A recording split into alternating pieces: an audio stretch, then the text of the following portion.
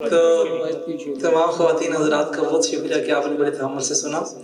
اب میں تقریب کے معزز صدر ریاست جموں و کشمیر کی شان اور پہچان، ہمارا فخر عبدالمجید ملک صاحب، آپ سب کھڑے ہو کے ان کا استقبال کریں۔ بہت مہربانی، بہت شکریہ آپ سب دوستوں بھائیوں کا۔ بسم اللہ الرحمن الرحیم، الحمدللہ رب العالمین، والصلاۃ والسلام علی رسول الکریم، واما بعد، لقد خلقنا الانسان فی احسن تقویم ثم رددناه اسفل سافلین۔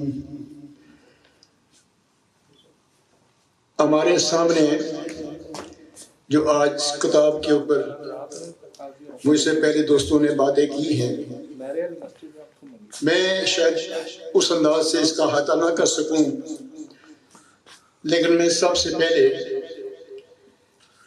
ہارون صاحب کو، اہل میرپور کو مبارکباد دینا چاہتا ہوں کہ ہارون صاحب نے عام خیالات سے ہٹ کر، عام ہمارے جو موضوع ہوتے ہیں کتابوں سے، ان سے بالکل الگ الگ ایک ایسے موضوع کے اوپر بہت ہی محنت اور کریزی سے اپنے خیالات، سوچ، فکر، تجسس، شعور، تحت الشعور، لا شعور کو استعمال کر کے ہمارے سامنے جو ایک خزینہ پیش کیا ہے، یہ ان کا بہت بڑا احسان بھی ہے اور ہمارے علم کی دولت میں اضافہ بھی ہے۔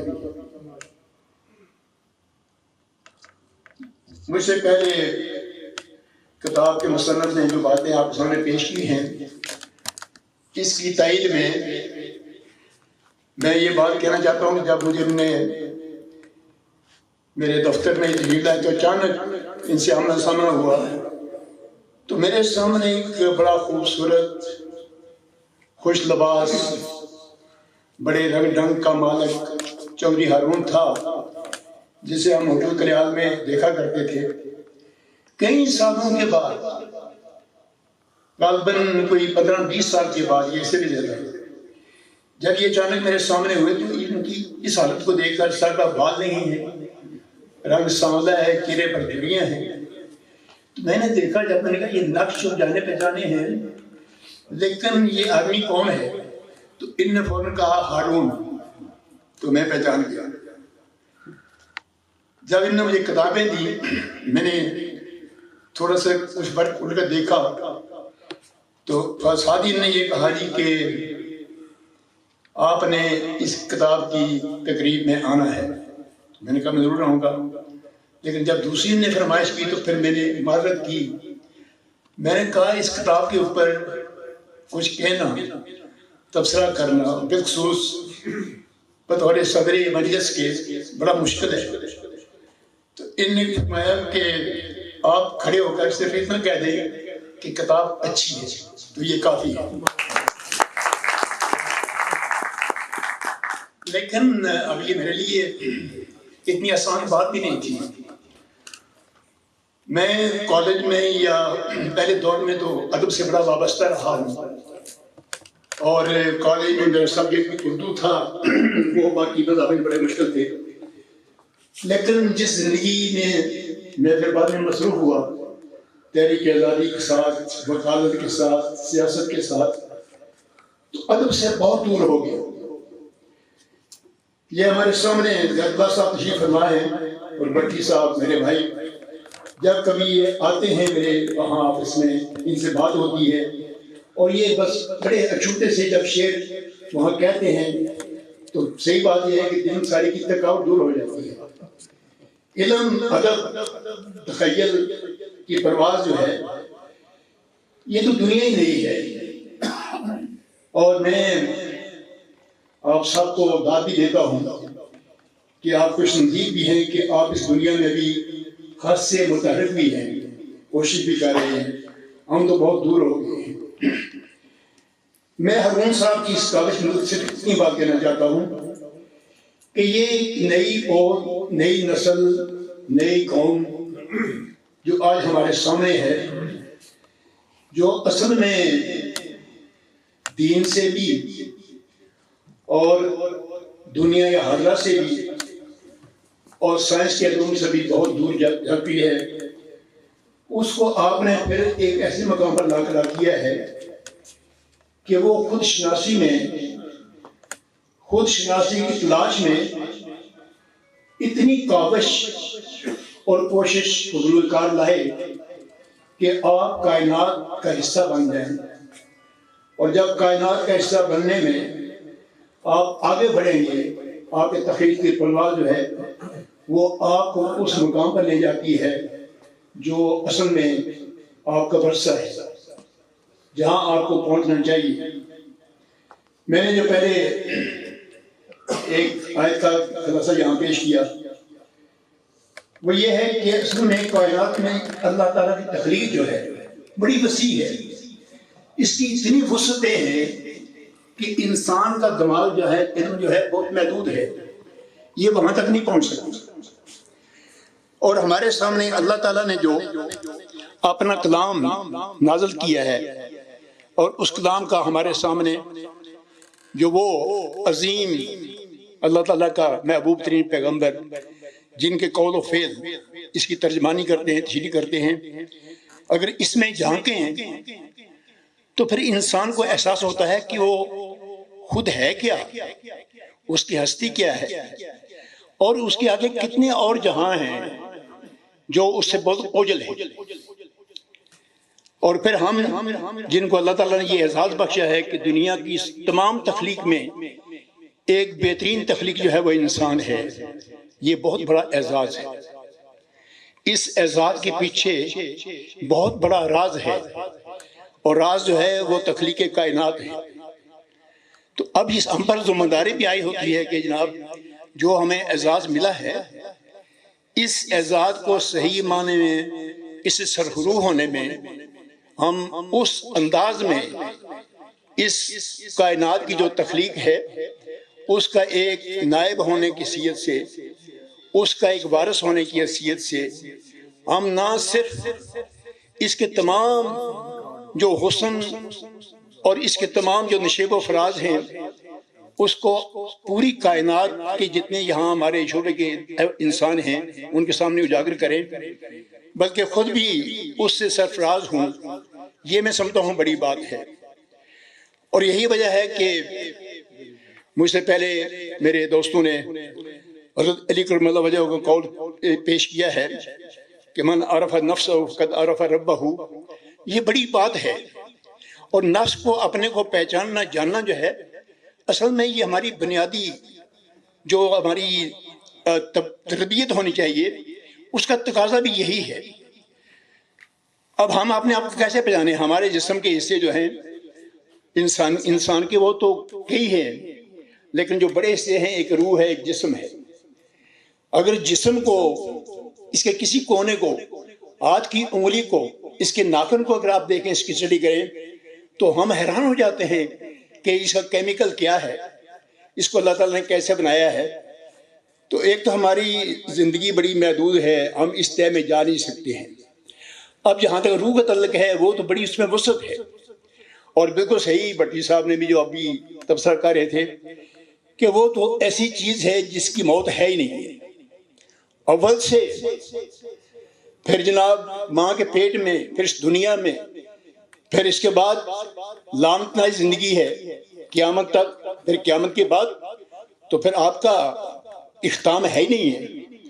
تو ان تمام جہتوں میں جانے کے لیے انسان کو بہت محنت کرنی پڑتی ہے، اس میں کئی گرہیں جو ہیں کھولنی پڑتی ہیں، لیکن گرہیں کھولنا جو ہے اس کے لیے آپ کو علم اور دانش چاہیے۔ ہمارا علم بھی بڑا محدود ہے اور دانش بھی بڑی محدود ہے، اور جو ہے بقول بٹی صاحب کے اس کا صرف 7واں حصہ ہم نے استعمال کیا ہے، باقی جو ہے وہ بھی ریزرو ہے، اس کا استعمال کرنا بڑا ضروری ہے۔ میں ایک ڈاکٹر جو تھے انگلینڈ میں بڑے ماہر، ان کے پاس بیٹھا تھا، تو ان کے پاس ایک کیس ایک ذہنی مریض کہا گیا. تو وہاں اس کو دیکھنے کے بعد میرے ساتھ گفتگو کر رہے تھے. فرمانے لگے کہ جناب اللہ تعالیٰ نے ہمیں جو دماغ دیا ہے اس میں سب سے زیادہ جو استعمال کرنے والے لوگ ہیں وہ سائنسدان ہیں, ڈاکٹر ہیں, وکیل ہیں, انجینئر ہیں. لیکن کہنے لگا کہ یہ تمام وہ شعبے جو اپنے دماغ سے میکسیمم کام لیتے ہیں یہ صرف اس کا 10% حصہ استعمال کرتے ہیں, 30% یہ پھر بھی محفوظ رہتا ہے. تو اللہ نے دیکھا ہمیں یہ دماغ دیا ہے, یہ کتنا بڑا سرمایہ ہے ہمارے پاس, لیکن اس کو استعمال نہ کرنا جو ہے میں سمجھتا ہوں کہ یہ بھی ناشکری کی صرف میں آتا ہے. اس میں یہی باقی گیتوں میں جن کی نشاندہی کی ہے ہارون صاحب نے, اس کا ایک ساتھ جو میں نے نکالا ہے وہ یہ ہے کہ انہوں نے کہا کہ انسان کی سوچ مثبت ہونی چاہیے, اور مثبت سوچ جو ہے اتنی وسیع ہے کہ جس میں کتنے بھی نا امید انسان, مایوس انسان, محروم انسان, ناکام انسان جو اپنے آپ کو سمجھتے ہیں, اس سوچ کے بل بوتے پر جب وہ اپنے آپ کو اس مقام پر لائیں گے تو پھر ان کے لیے پھر جو انہوں نے نکالا ہے کہ خوشگوار زندگی ہے, پراسائش زندگی ہے جس میں کامیابیاں ہی کامیابیاں ہیں, اور جہاں بھی جو آپ محسوس کرتے ہیں اس میں آپ کو ناکامی نہیں ہے. تو اس کی چیتیں جو ہیں ہارون صاحب کے لیے بڑی آسان ہیں, لیکن عام کاری جو ہے اس کے لیے تھوڑا سا مشکل ہے, کیونکہ عام کاری اس ترکیب کا, اس انداز کا, اس تخیل کا, ان جملوں کا اتنا عام عادی نہیں ہوتا ہے. ہم سلیس زبان جو ہے اس کے عادی ہیں. ہمارے سامنے تمام بھید کھلے ہونے چاہیے, ہمارے سامنے کوئی پردہ نہیں ہونا چاہیے, پھر اس سے ہم لطف اندوز ہونے کی کوشش کرتے ہیں. ایک اچھا شعر جو شاعر نے کہا ہے, اگر اس شعر کی گہرائی میں ہم نہ جا سکے تو خالی باقی لوگوں سے واہ واہ کہنے سے بات نہیں بنتی ہے. شعر کی گہرائی میں جانا پڑتا ہے, شاعر کے تخیل میں اترنا پڑتا ہے, پھر اس کے اندر آپ کا حسن سلوک جو ہے وہ داد دینی پڑتی ہے. تو یہی کیفیت آپ کی کتاب کی ہے.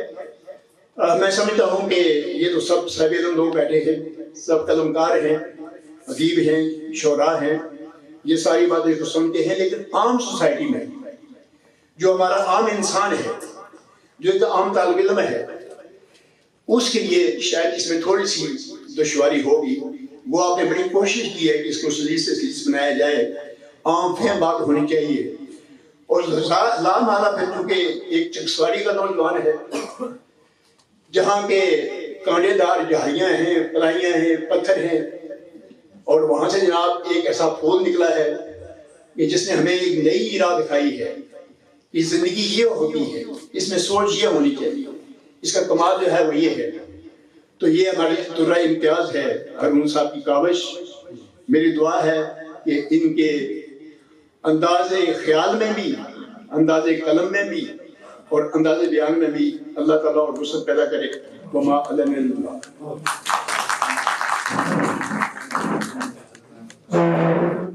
شکریہ آپ سب کا بہت شکریہ. آپ کے لیے خاطر تواضع کا بندوبست ہے. تو محمد وعلى آل محمد كما صليت على إبراهيم وعلى آل إبراهيم إنك حميد مجيد. اللهم بارك على محمد وعلى آل محمد كما باركت على إبراهيم وعلى آل إبراهيم إنك حميد مجيد.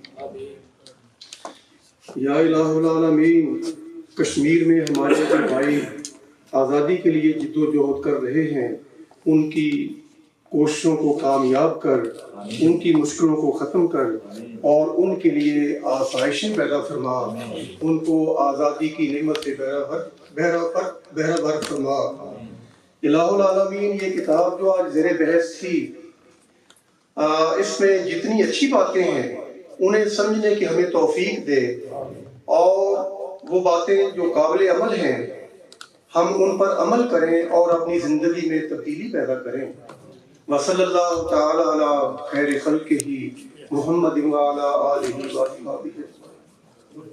پوری گزارش ہے کہ جن کے پاس زندہ دلی کتاب ہے وہ یہ زندہ دلی سے آگے والی کتاب میری طرف سے ایک تحفے کے طور پہ یہاں سے لے کے جائیں، اور جن کے پاس زندہ دلی نہیں ہے وہ 2 کتابیں انہوں سے میری طرف سے تحفہ لے کے جائیں، خود پڑھیں اور باقی لوگوں کے ساتھ شیئر کریں۔